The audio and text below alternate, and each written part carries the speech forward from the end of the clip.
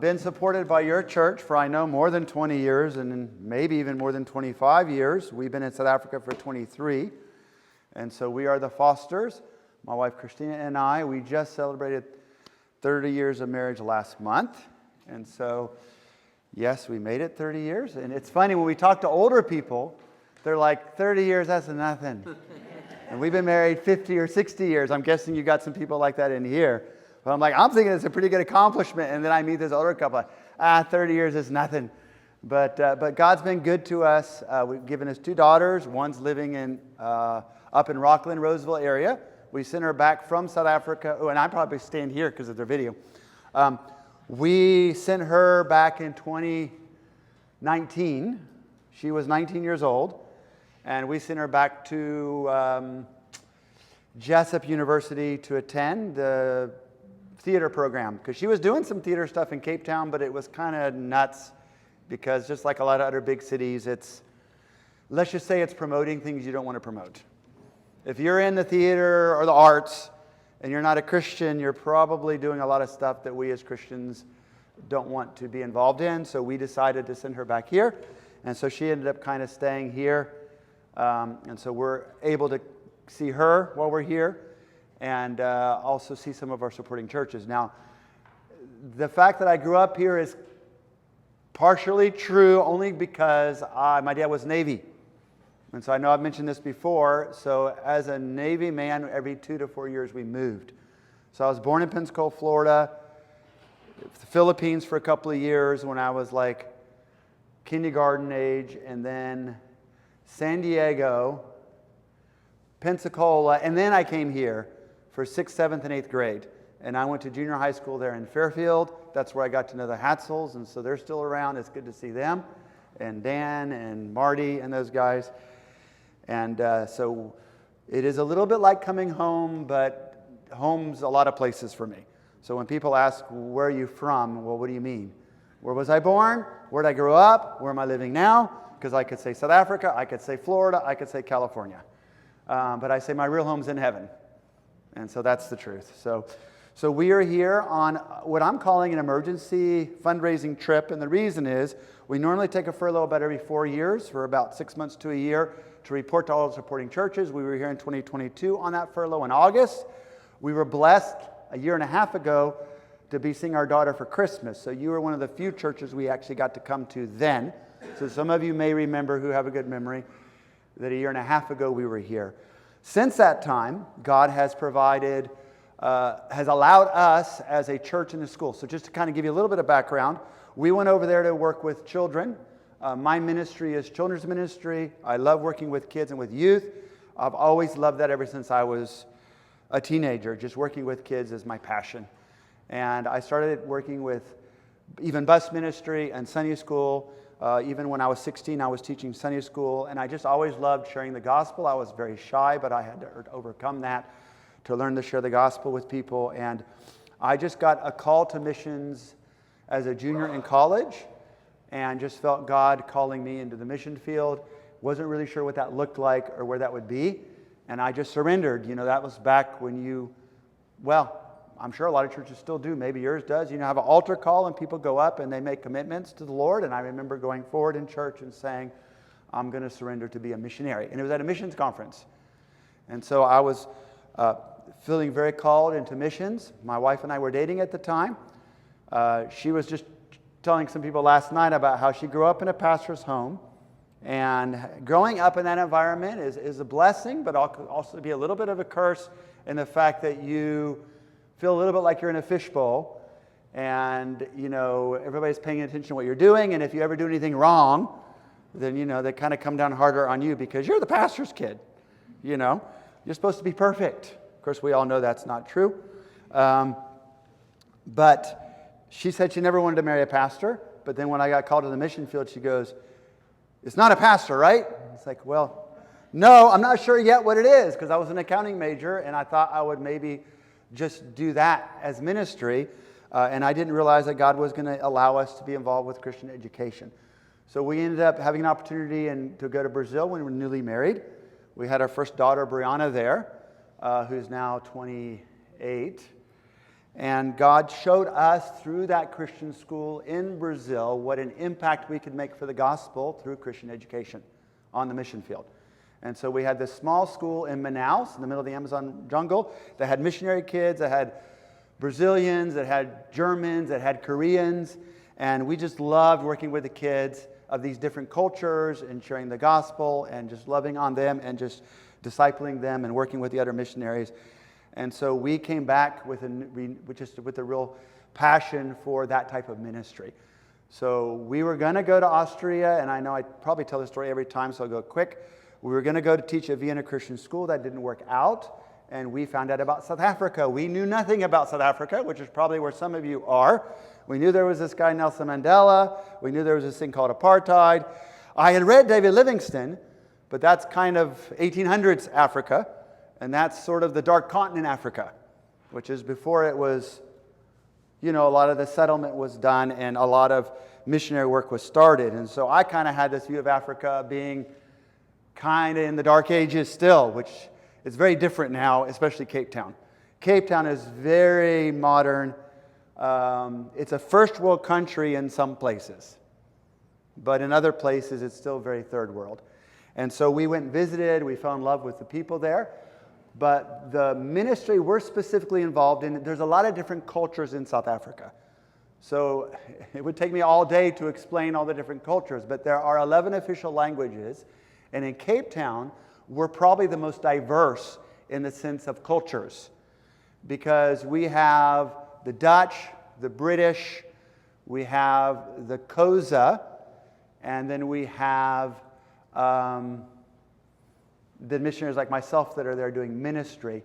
Whereas in other parts of Africa, you would find it's 80% Zulu, and it's mostly black Africans of different tribal groups, and it's a very small minority of the British and the Dutch and the white Africans.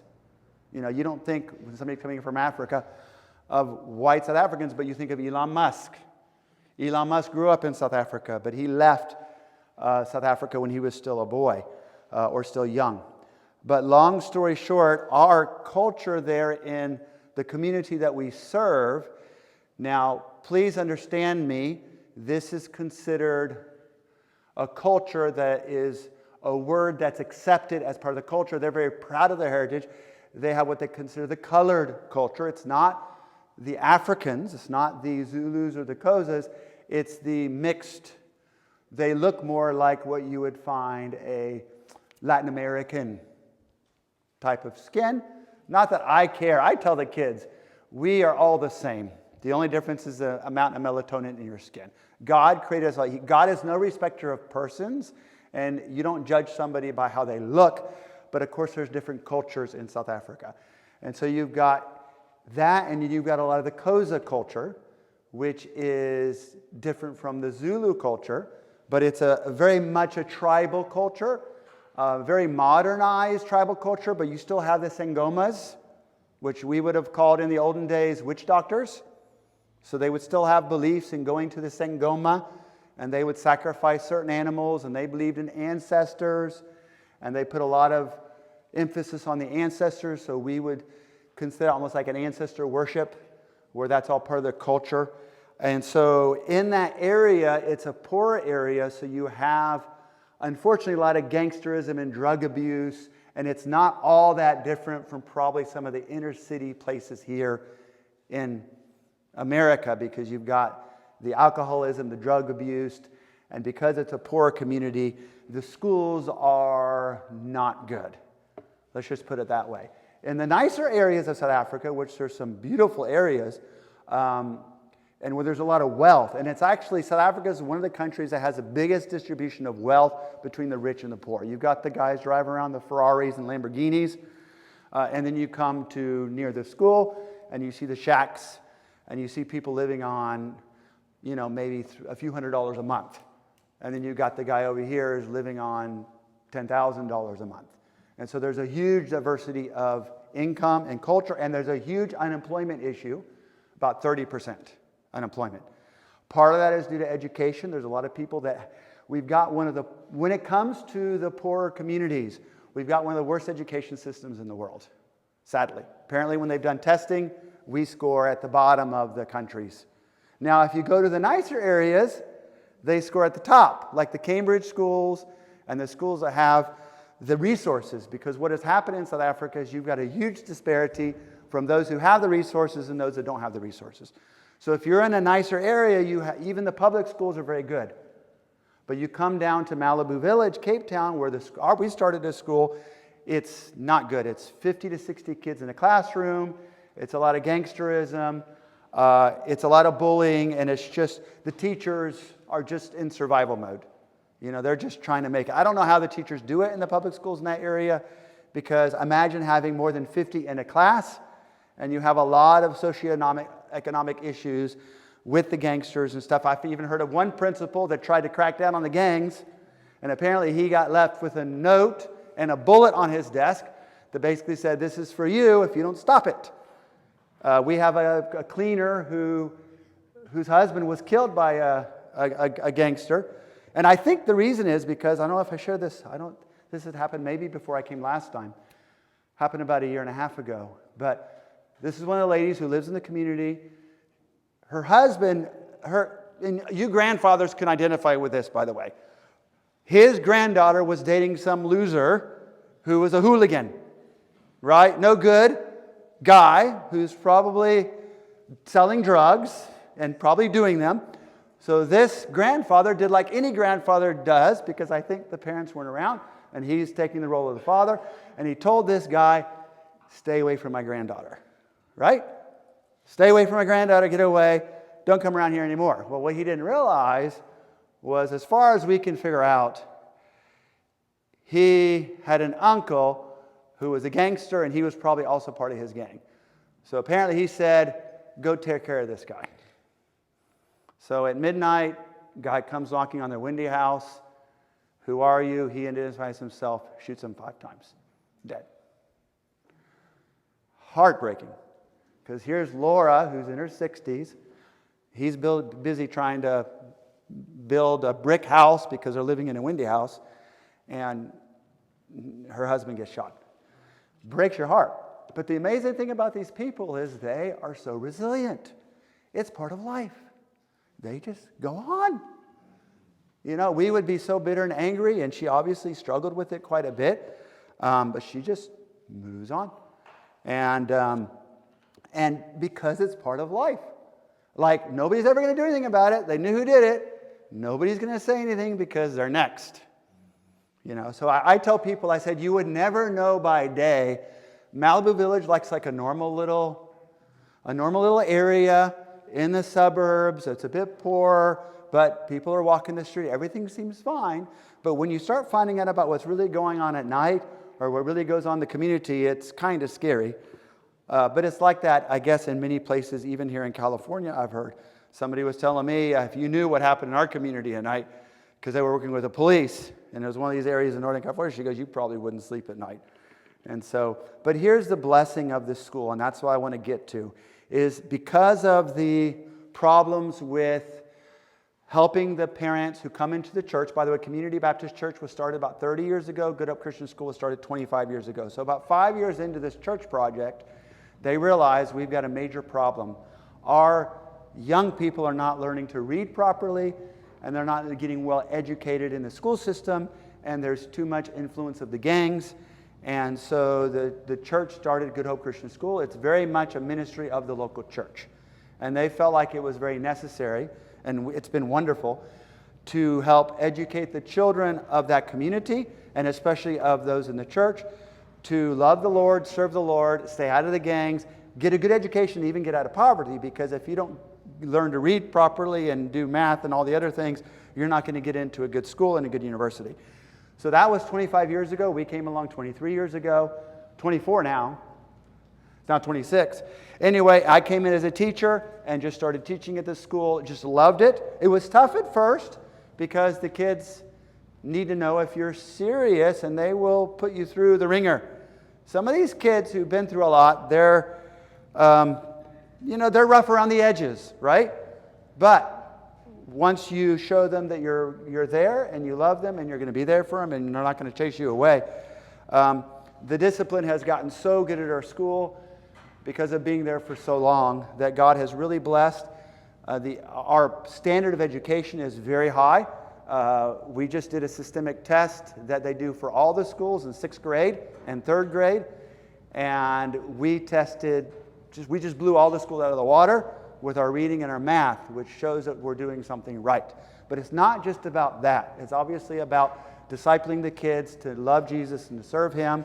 And the beautiful thing is we've seen kids come out of the school and just serve the Lord in their church, come back to teach at the school. The 2 girls filling in for me the 2 months I'm away are former students who have come back to teach at the school.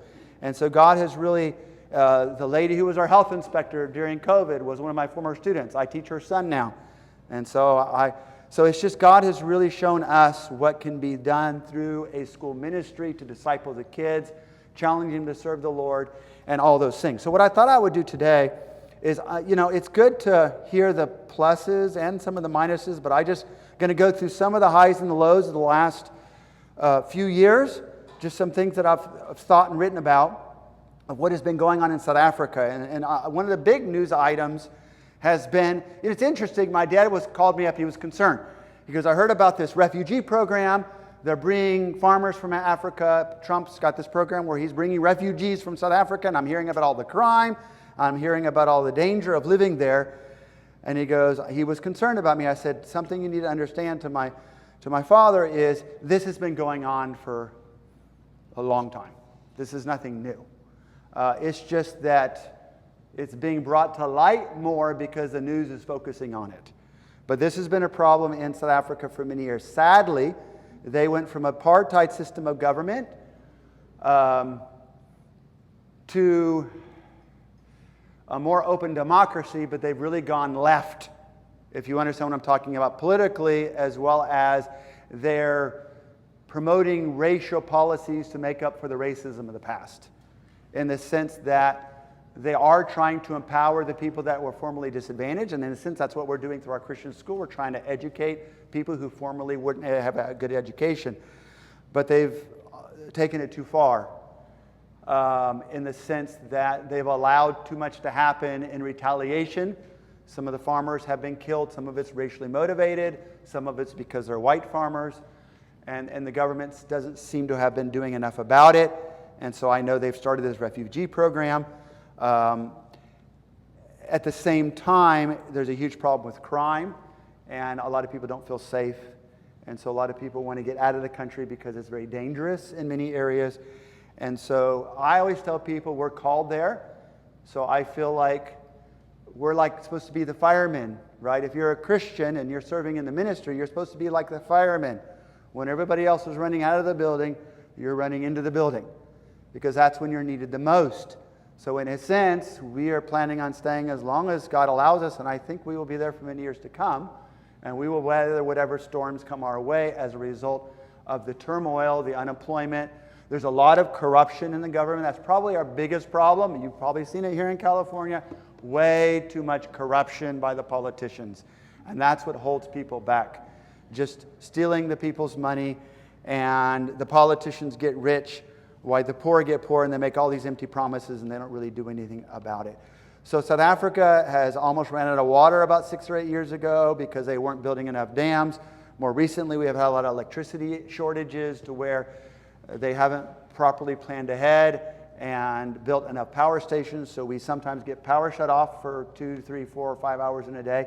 More recently, interestingly enough, we haven't had the problem. We don't know if it's a political reason or something else. People must get elected first before they start shutting off our power again. I don't know. But it's really a challenging situation to live there. But just one of the big challenges we've also had at the school is we've had great leadership at the school. We've got pastors who are on the governing body who help to run the school. And by the way, it's grown from, we started out with about 15, 20 kids. Now we're sitting with 113 children. We only have room for about 70, 75. So that's why we are needing to build on. So back in 2022, God provided $100,000 towards that. And we did some architectural drawings, and we decided to go up another story onto the building we're using that's there, for the couple classrooms that we have that are big enough. And we had a lot of smaller classrooms, which are like Sunday school rooms for the kids that weren't big enough. And by the time we got done with the getting all that proved, which was late last year, we realized it cost about $250,000 to $300,000 to build on a Good Hope Christian School to double the capacity. And so it's going to be a game changer for us as a school, but we've realized that we would have to come back and raise the rest of the funds. And so that's what we're busy doing. So I feel like I'm rambling a little bit, so let me try to get a little bit more focused. So the way you can pray for us as missionaries, and some of the things that we're dealing with now, is we're dealing with running out of space, and so needing to build on. We're dealing with just needing you to pray for safety, because crime is really bad, but God has been good to us. But also that God would continue to work in the hearts of the students and the parents and the lives of the kids there as we continue to give the gospel. A lot of kids are coming into Christ through the school, being challenged to serve the Lord, and are really growing in their faith. And that's obviously the most important thing. You'll get to see some video that somebody put together about the school, about what's going on there in the next service. Before I go on and share a few more things, though, it's always good, because this is a little bit more informal because it's Sunday school. Based on what I've shared, I've probably left out a lot, but are there any questions from your side about what we're doing from the standpoint of the church that's supporting us, or maybe an individual who maybe some questions have been raised by some of the things that I'm sharing? But are there any questions from your side about South Africa or about the school ministry? So we're very much, so it's Community Baptist Church and Good Hope Christian School using the facility. And we're very much a ministry of the local church there.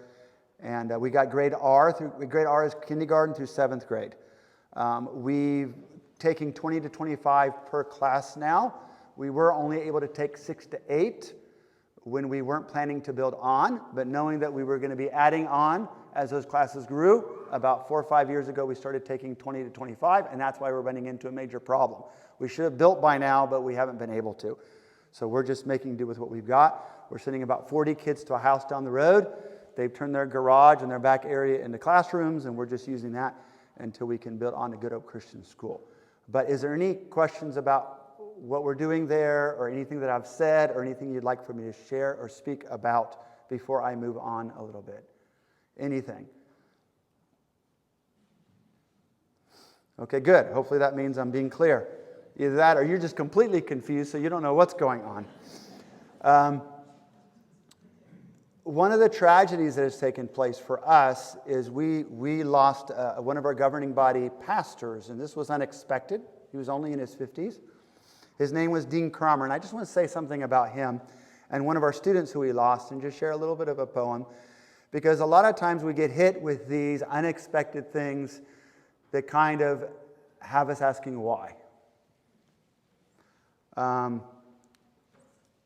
One of the things that kind of answered that question for Dean Cromer, he had given his life to the Lord in his 30s. His only regret was he didn't start sooner serving the Lord.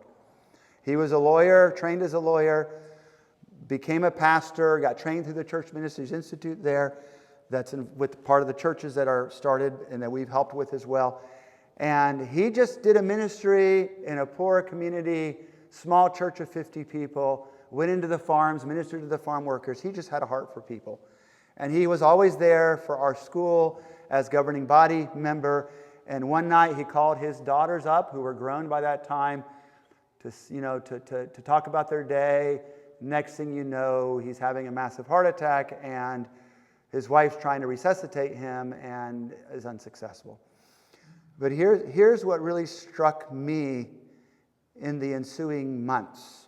We had a memorial service at Good Hope Christian School Community Baptist Church, and I was blown away because the church was so full, people were looking in the windows. I've never seen anything like it. But it was a reminder to me of when you serve the Lord, he didn't have a big church.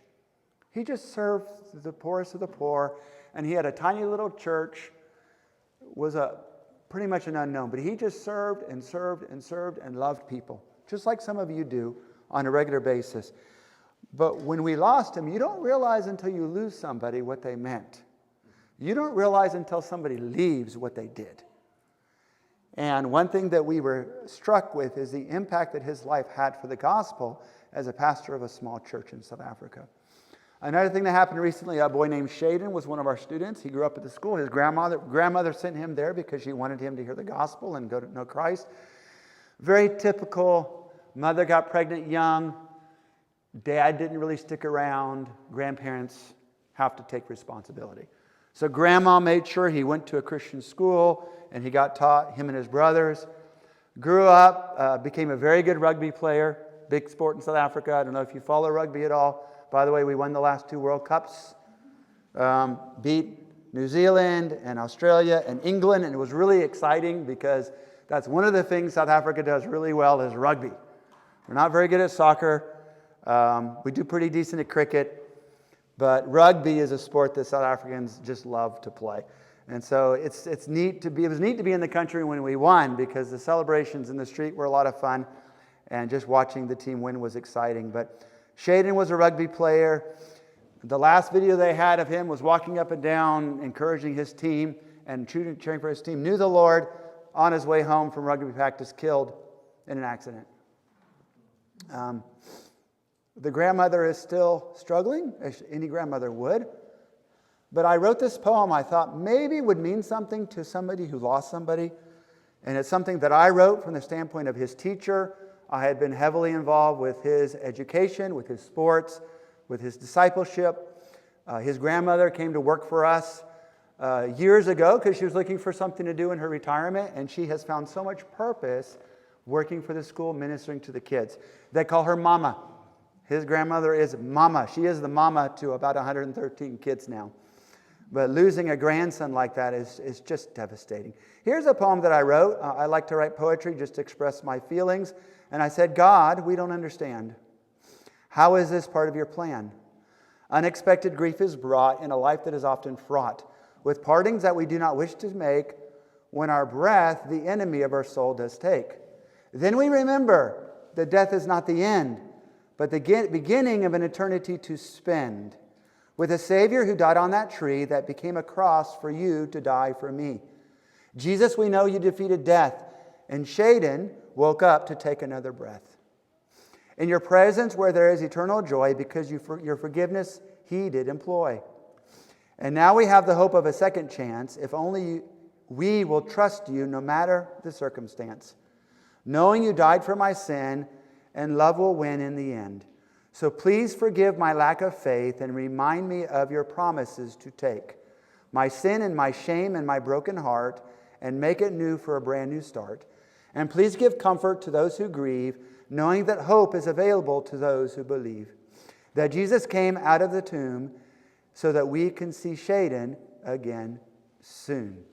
And put the name of anyone that you've lost. You know, my mom passed away in 2014. I used to always remind her because she was really heartbroken when we went to the mission field because she knew she wouldn't see us very often. And I just reminded Mom, the time we have on this earth is but a small amount of time compared to eternity. I would much rather spend my time on this earth serving the Lord, even if it means I must maybe spend a bit more time away from family and people that we love, knowing that we're going to have an eternity and heaven to spend. And so that's what I think I want to remind us of in this poem, is that death is but the gateway to glory for the Christian. And I'm so thankful that Shaden came to know Christ through Good Hope Christian School, even though he died in his early 20s. But God has been so good to us as a school, seeing many kids come to know Christ. I know we have chapel every week, and we always have guest speakers come. And one chapel I was teaching last year, I had 5th and 6th last year. I had 7 5th graders and 13 6th graders. And it's always challenging teaching 2 grades at the same time, going back and forth. And I remember coming back from chapel to class, and I said, "Where's all the 5th graders?" And they said, he said if any of them wanted to make sure they were saved, they needed to stay behind to talk to the pastor. And apparently all of them stayed behind. So I was pretty excited about that. Some of them, they're just a very sensitive group of kids. It's interesting how each class is different, and just like you know, your children are very different too. And that group of 5th graders last year, who are my 6th graders this year, are just a wonderful group of kids. One of them's father's a police officer. Anyway, just wonderful kids, but just have such a sensitivity. And it's nice to see kids that grow up in that environment that have such a sensitivity to the Lord and want to make sure that they're serving Him and loving Him and doing what's right. And so it was neat to see that kind of thing happen. One of my biggest challenges as a missionary is, the Bible says, pray ye therefore the Lord a harvest, because the harvest is plenteous, but the laborers are few. Anybody that does ministry understands that there's not a lot of people lining up, well, first of all, to work for free. If you're doing a lot of ministry, a lot of it you're not getting paid for. Secondly, a lot of ministry doesn't pay that great. But especially on the mission field, it's difficult to find enough workers to fulfill the need. The need is always much greater than the people to fill that need. So constantly finding myself overwhelmed because I have a bad habit, my wife would tell you, of taking on too much. Anybody else like that? What you think you can do is more than what you can actually do. So you take on this and this and this and that. So I started out just teaching, and then they said, why don't you do soccer? And okay, I'll do soccer. And then they opened up a pool, so we'll do swimming. And then, hey, the kids don't have anywhere to go on the weekend. And especially when our girls got out of the house, and I wasn't doing as much with my daughters, they're sitting at home with nothing to do. And one of my greatest things I think that we can do is we can take the things we're passionate about and find a way to use it for ministry. So one of the things I became passionate about in South Africa is hiking. South Africa is a beautiful country with mountains and oceans, and it's just stunning. And so, especially during COVID, they banned that for a while, which really woke you up to how much you need it. And these kids are stuck inside. They can't get out a lot because the crime is pretty bad. So they don't get out of the house a lot. A lot of their parents don't have cars. And so on the weekends, I started taking the kids hiking on a Saturday morning, which was great. Started a new ministry for me. You disciple the kids on the mountain. And then I started doing some sports with some of the clubs in the evenings and on weekends. And interestingly enough, anybody else here enjoy playing ping pong? Anybody like to play ping pong? A couple of you. Okay. Well, I wish I would be here longer. We could play. Last Sunday, I was in Concord. We played the whole afternoon, ping pong. But I grew up playing with my brothers. And get this, during COVID, they banned soccer. Apparently, you couldn't social distance, even though you're outside. So I brought my table down to this school, and I found some of these kids were pretty good. And then I ended up getting a couple more tables. And then I thought, there's got to be a way to do this as a ministry, but also to keep the kids engaged and involved and busy so they're not sitting at home with nothing to do. So I found a club because they were getting better than me. In fact, it was kind of funny because I had a little deal with them. The first time they beat me to a game, now we only have till 7th grade, so we're talking up to 12, 13 years old. And I've been playing since I was in high school. So I said, not that I played frequently, but I said, hey, anybody can beat me to one game to 11. I will make you your own batch of brownies. They love the American brownies. And so they were like, okay. So about 6 months went by, and and it was great because they wanted to play me all the time, because a lot of times they just want to play against each other. And so about 6 months go by, and one of the kids, girl in 7th grade, beat me. And the whole school went, you would have thought she won the Olympics. They were dogpiling on her, they were running around screaming and hollering. And just to show you how psychological of a game table tennis can be, that same week I got beat 2 more times. They figured it was like sharks smelling blood. They were like, you mean Mr. Foster can be beat? So I realized these kids are better than me. So I went to a club. I started going to the club. I realized there's table tennis clubs in Cape Town. I didn't even know they existed. Just like we didn't know figure skating existed until Brianna started doing it. Now she's a coach here in America. And so you don't really equate South Africa. Rugby, maybe, but figure skating and table tennis. You don't really think about that. So I found a club nearby. There was a coach who grew up poor, and he never really had good coaching. So he said, you bring your kids on Saturday, and I'll coach them for free. And I'll even give them their own bats, like the nice ones, not the cheapy ones you get at Walmart, And so I said, okay, I'm coming every Saturday. And I want to learn too. I don't know the proper way and technique and all that stuff. I just played for fun. So this was 3 years ago. And he said, I'm going to put you on a 5-year program because it takes 5 years to be a good player. I'm like, okay, this guy's pretty serious. But what I love about him is he teaches the kids not just table tennis, he teaches them about life. On how to work hard, and if you don't do what you're supposed to do, you're doing push-ups. He's old school. You don't listen, you're doing push-ups, okay? And he's tough. He's tough. He doesn't let him get away with anything.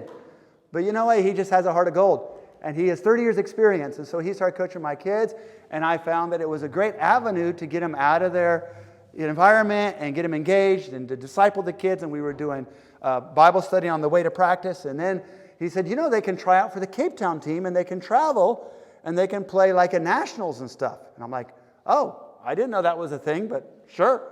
If they're good enough. I didn't think they'd ever be good enough, but yeah. So last year we took 7 of our students up to Durban and to complete a nationals against all the other provinces. And I thought, well, maybe one of my kids can do pretty good. And by the way, not one of them had won a single local competition. One of my boys came close a couple times, and he was second place in a couple Cape Town competitions. But these guys, they were committed. Practicing at home, practicing at school, or practicing in break. After school, by that time we had 4 tables. But I always emphasize, it's not about winning, it's about glorifying the Lord. And we did a lot of discipleship with the kids, and we saw a lot of growth in them. And one of the boys, poor boy, father overdosed on drugs a few years back. His mother came to work for the school just so he could keep going to our school, and she would get paid a small amount, and we gave him free schooling because she was working for us. This little boy, Luke, just took to the sport and got really good. And so him and about 7 other kids went to nationals. I came back with 5 of them who won, and we had 2 at doubles. One girl who partnered with another girl and won, an 11-year-old boy who partnered with another boy and won the under 11 boys, under 13 girls, and then Luke Dancer at the end was national champion over all of South Africa. He won the whole thing. And the cool thing about it was, and it's cool. Here's a boy with no dad. He needs people in his life to take on that father role. You've got a coach who was washed up, this guy Lorenzo, who was a new Christian, and he came to the club, and he was done with table tennis. He was sick of all of it because his wife had left him, and he was just really having a rough time. But he was a new Christian, so he was, at that low point in his life, he had learned that I need to go to church and trust in Jesus and really lean into my faith. And he was getting ready to quit the sport. And he met my kids. And he's like, man, your kids just have so much fun playing. Like, it's almost like he had lost his passion. Long story short, he took Luke on and the rest of my kids as like his project. And it was just a beautiful thing to see. So Luke wins, and he's carrying Luke around, and they're hugging each other, and I'm seeing a dad. I'm seeing a boy with no dad, and I'm seeing a coach who's struggling, but is being a father figure to this boy with no father. And to me, that's what it's about. It's about finding people that need that extra encouragement. And all that boy needed was somebody to be in his corner and help him. That's all he needed. He needed somebody to pick him up and take him to practice. He needed somebody to say, sorry. And I'm doing this at nationals. He wins, and I'm bawling my eyes out because I'm seeing something special.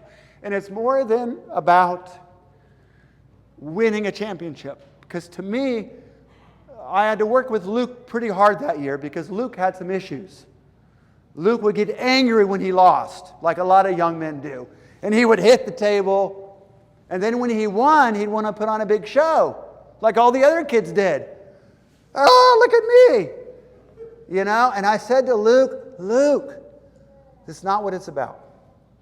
And I said, first of all, if you're getting that anger when you lose, you're making the sport too important. So I discipled Luke, and I really encouraged him and challenged him to glorify the Lord and to have a good attitude. He was getting a reputation with the referees, too, that, hey, this guy's like a John McEnroe, He's trouble. And that, they would give yellow cards and red cards in table tennis, too, just like they do.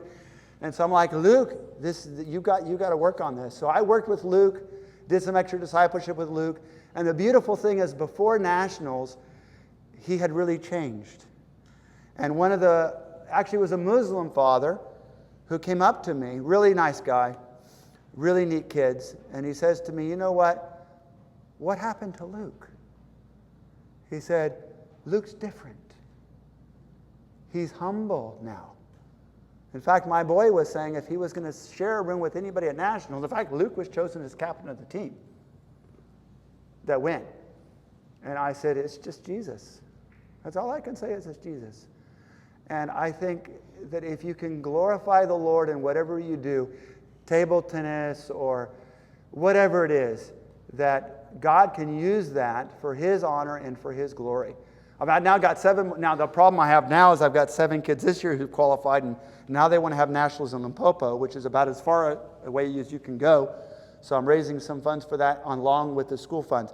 But let me just finish with this. I am thankful that for 30 years, my wife and I have been able to serve as missionaries. There have been times when it's been difficult. There's been many times I wanted to give up, to be perfectly honest with you. I was done. I can't do this anymore. I've taken on too much. I'm burnt out. And it's always those times that you have to say, God, I can't do it, but I know you can. You can do it through me if I don't give up. Be not weary in well-doing, for in due season you shall reap. Yes, praise the Lord. She's got it. And here's what I want to end with. It's when and I tell my kids, if you don't want to give up sometimes, you're not doing it right. Because if you're going to do something that's worth doing, it's going to be hard. But you got to be willing to do the hard stuff, because the good stuff is on the other end of it. And that's what I've discovered, is it's at the other side of that time when I was ready to give up.